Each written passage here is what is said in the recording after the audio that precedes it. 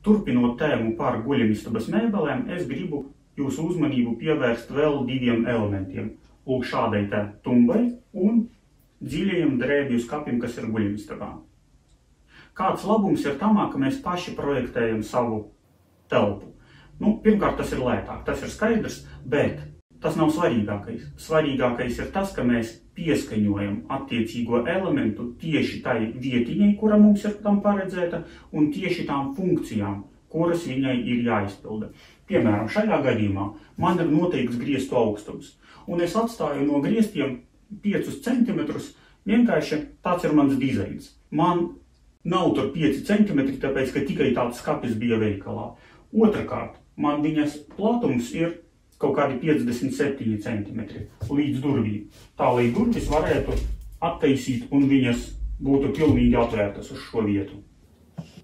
To arī es nevaru veikalā dabūt. Veikalā man būs standarta izmēri, piemēram, 60 cm, piemēram, metrs.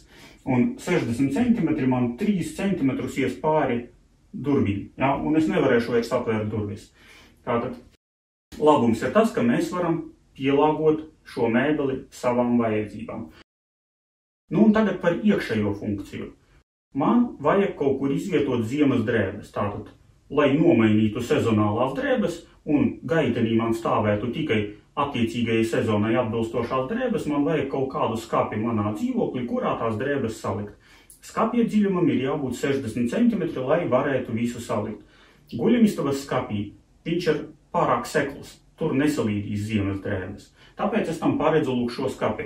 Un ņemot vērā šo te istabas vietu, kura ir maz izmantojama, jo es attaisu durvis ieejot istabā, un vai nu viņas vienkārši stāv vaļā tukšā stūrī, vai nu aiz viņām ir skapis, tas īpaši neko nemaina. Tāpēc durvju platums ir 70 cm, skapja dziļumu es taisu tīro dziļumu 60, bet plus durtiņas, plus viss pārējais aizmugure man būs, teiksim, 65 cm. Tātad durvis reāli mums būs kaut kādus 5 cm pāri skapim. Un ļoti labi to skapi aizsēs. Tagad domājam, ja mēs pērkam skapi veikalā, tad visdrīzāk šeit mums ir divas durtiņas, kuras mēs attaisām. Apmēram acu augstumā mums ir trubūs, kuras mēs varam sakārt drēbes. Un tas ir viss. Un apakšā, ja mums vajag, mēs varam ielikt putekļu sūcēju, vai tur tvaikas lotu, vai kaut kādu kasti nevajadzīgu. Tad šajā gadījumā es esmu izplānojis nedaudz savādāk. Man karamās drēbes ir augšējā daļā. Truba praktiski pie griestiem, bet vajadzības gadījumā, es varu dabūt to drēbi lūk šādi ārā, varu viņu uzlikt atpakaļ. Un šis te augstums man ir nomērīts atbilstoši garākajam ziemas apģērbam. Tātad es pats nosaku, cik man augsta būs šī daļa. Un kas man paliek? Man paliek visa apakšējā daļa. Un lūk šeit sākas pats interesantākais. Pie šitā es godīgi teikšu, esmu pastrādājis diezgan ilgi, lai izdomātu, kā sabāzt visu to, kas parasti mājās vai nu kaut kur skapī ir iebāsts, vai kaut kur stūrī mētājas. Tad šeit es nodemonstrēšu. Ja jūs redzat, tad lūk šī te nestandartā daļa, šeit ir 3 dziļas atvilknes, kuras mēs varam izmantot tā, kā mums vajag, viņas tiešām ir dziļas. Kāpēc ir lūk šī te daļa? Tāpēc, ka šajā daļā ievietojas tvaikas lota. Lūk šitā te. Citādāk mēs viņu nekur neiebāzīsim. Vai arī viņa būs ļoti neērta, jo viņa ir šaura, augsta un viss. Aiz tvaikas lotas, ja jūs redzat, varbūt jūs neredzat, bet tur ir sildītājs. Eļļas sildītājs, tad, kad vēl nav pieslēgta apkure, mēs viņu varam izvilkt, tas ir reti, tas ir dažas reizes gadā, un varam pieslēgt, un viņš silda. Un šitā te priekšējā daļa ir putekļu sūcēja. Pats putekļu sūcējs man tagad ir izņemts ārā, bet viņš te ļoti labi ievietojas, un skapīti var aizvērt. Tas ir tā plānošana, par kuru es runāju. Uztaisām to tā, lai mums būtu ērti. Paredzam visu, ko mēs tur liksim iekšā. Tātad padomājam un saliekam tai skapī maksimāli tās funkcijas, kuras mums var būt noderīgas. Šī te tukšā daļa ir paredzēta drēbju žāvētājiem. Tagad mums žūs drēbes, viņš ir izņemts ārā, bet viņu var salocīt pēc tam un smuki iebīdīt šeit iekšā, un viņš ieiet visā dziļumā, tāpēc, ka viņa platums arī ir 60 cm standarts. Ja? Un lūk, šitais skapis ir nokomplektēts. Par tumbu man nav pārāk daudz ko teikt. Vienīgi jūs redzat, ka viņai ir netipiski daudz atvilkņu. Tātad visas mazās mantiņas, kas man mājās ir, es varu atnest šurp un salikt katru savu atvilknītē bez mazai. Ja? Un šīs te atvilknes, protams, ka es varu izvilkt visā dziļumā, un man šeit ir ļoti ērta piekļuva pie visa. Nu, par krāsām es pat neko nerunāju, ja? Bet jūs redzat, ka krāsu risinājums ir atbilstošs telpai. Tas arī ir viss. Tā ir kā skice, kā ideja, kā iedvesma jums. Jūs tagad varat plānot un taisīt kaut ko savu. Nu, un pirms es atvados, es gribētu jums parādīt šo te divu mēbeļu rasējumus. Starp citu, links uz šo rasējumu ir zem šī video. Ja jūs viņu gribat izmantot tagad vai turpmāk kaut kad, varat to ņemt. Pirmkārt ir lūk šī te kumode. Ņemiet vērā, ka šis rasējums ir priekš manis. Tas nozīmē, ka varbūt nav pārāk skaidrs, piemēram, kāpēc man ir izmēri šeit iekšpusē, izmēri ārpusē, izmēri zili. Jums es to paskaidrošu. Ar zilo krāsu es atzīmēju atvilknītes karkasa izmērus. Tātad tas, ko es neredzu no priekšas. Ar melno krāsu es atzīmēju tieši fasādīti, atvilknes priekšiņu dekoratīvo. Ar šiem izmēriem, kuri ir izlikti sākot no grīdiņas, es atzīmēju attālumu līdz slīdītei. Slīdīte, tas ir tas metāla elements, pateicoties kuram atvilkne izbīdās ārā no skapīša korpusa. Un šos izmērus es nosaku precīzi, tāpēc, ka pirms es sākšu skrūvēt, es izzāģēšu divus šāda garuma dēlīšus vienkārši no parastām koka līstītēm, lai šeit viņas noliktu un uz viņām uzliktu šo te slīdīti un pieskrūvētu viņu pie korpusa. Tad viņa precīzi apstāsies tajā vietā, kur vajag. Šo metodi es iesaku izmantot, jo, ja to darīt ar lineālu, tad mēs ar lielām grūtībām dabūsim precīzu horizontālu līmeni. Tie ir tādi knifiņi, liekot mēbeles kopā. Un tā es parādu augstumu līdz katrai slīdītei. Protams, šajā pusē un šajā pusē arī būs slīdītes, bet šie te izmēri būs tie paši. Pārējie izmēri ir saprotami bez skaidrošanas, vienīgi te man apakšas un vertikālā statnes satiekas vienā punktiņā, augšā virsmiņa iet nedaudz pāri, tāpēc, ka apakšā ir grīdlīste.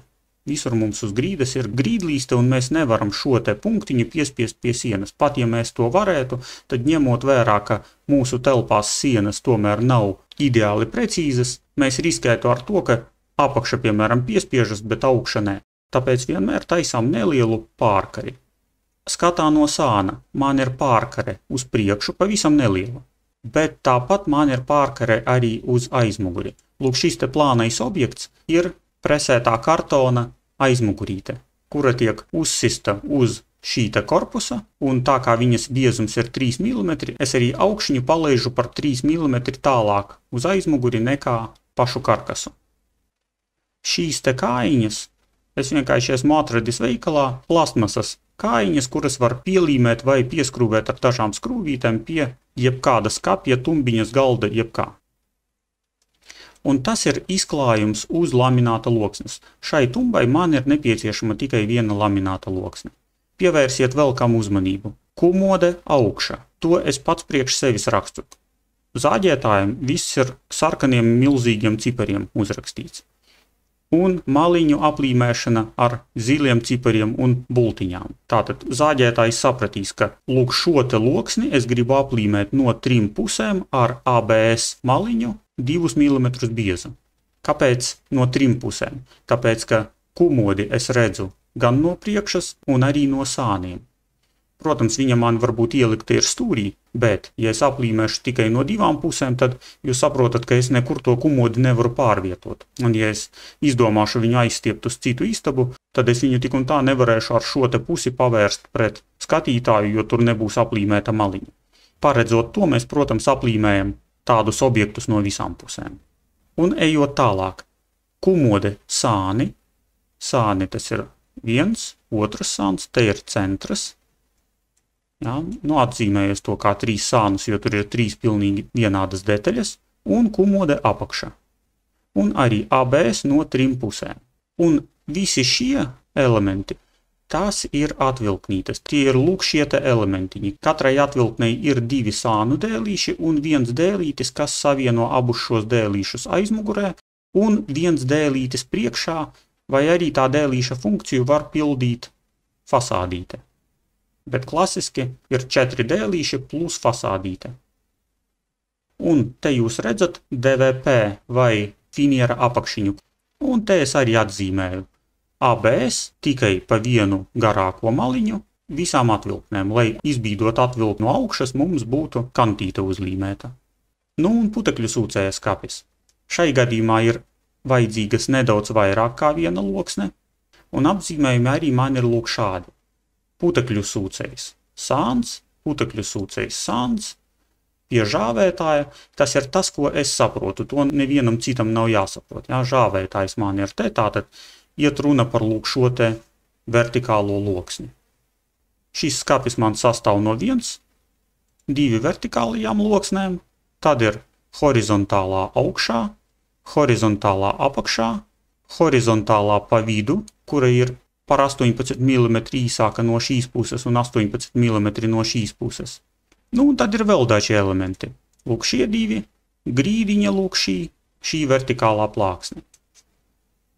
Lai es pats pārliecinātos par to, ka šie elementi visi ievietojas, es viņus esmu nomērījis un tādu kā vieglu skicīti uztaisījis un pārbaudījis vairākos paņēmienos, kā tas ievietojas. Skatā no sāna, skatā no priekšas.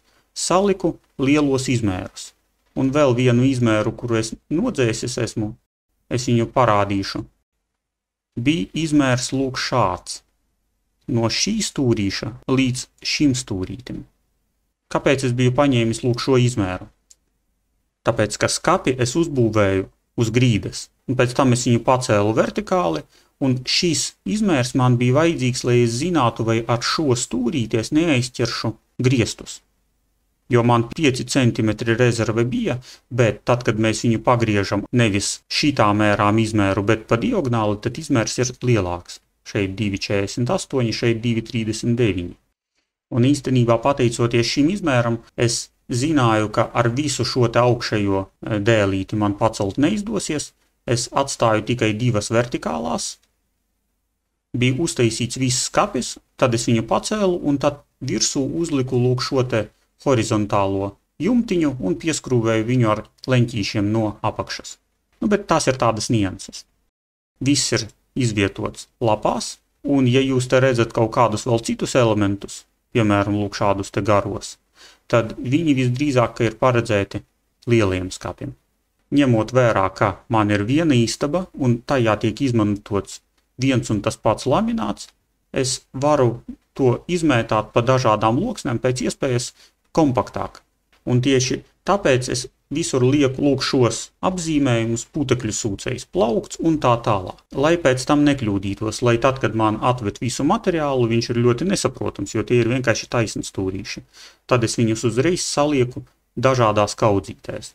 Un, kad nomērot ar ruleties redzu lūk šādu te izmēru, es uzreiz zinu, uz ko tas izmērs attiecas.